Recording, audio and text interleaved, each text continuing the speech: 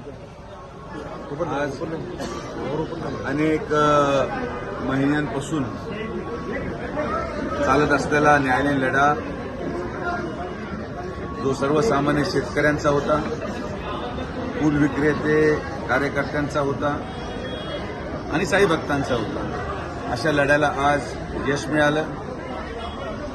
माननीय उच्च न्यायालय औरंगाबादने त्या ठिकाणी निकाल दिला आणि साई मंदिरमध्ये परत एकदा फूल आणि हाराला परवानगी देण्याचा निर्णय माननीय उच्च न्यायालयाने घेतला. त्याबद्दल मी त्यांचे मनापासून आभार व्यक्त करतो. या लढ्यामध्ये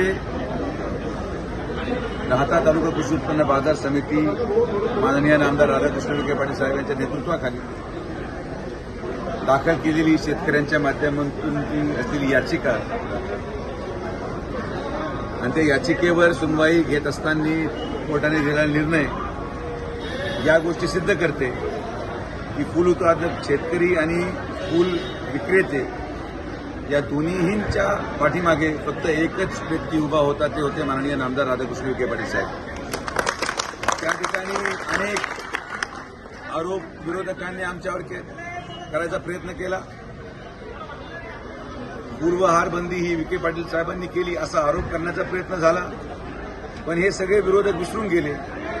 की ज्या माणसाच्या पाठीमागे गेले 35 वर्षे साईबाबा खंबीरपणे उभा आहे, ज्या माणसाचा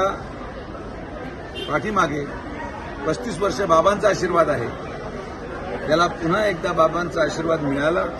आणि म्हणून माननीय नामदार राधाकृष्ण विखे पाटील साहेबांना बाबांचा आशीर्वाद मिळत या प्रश्नाचं उत्तर देखील बाबांच्या श्रद्धा व सबुरीच्या संदेशाने दिलं आणि आज अत्यंत शांतपणे गेल्या अनेक वर्षाच्या संघर्षाचा निकाल लागल्यानंतर जो उत्साह फूल उत्पादक शेतकरी आणि विक्रेत्यांमध्ये झाला आहे, मला विश्वास आहे की येणाऱ्या कालावधीमध्ये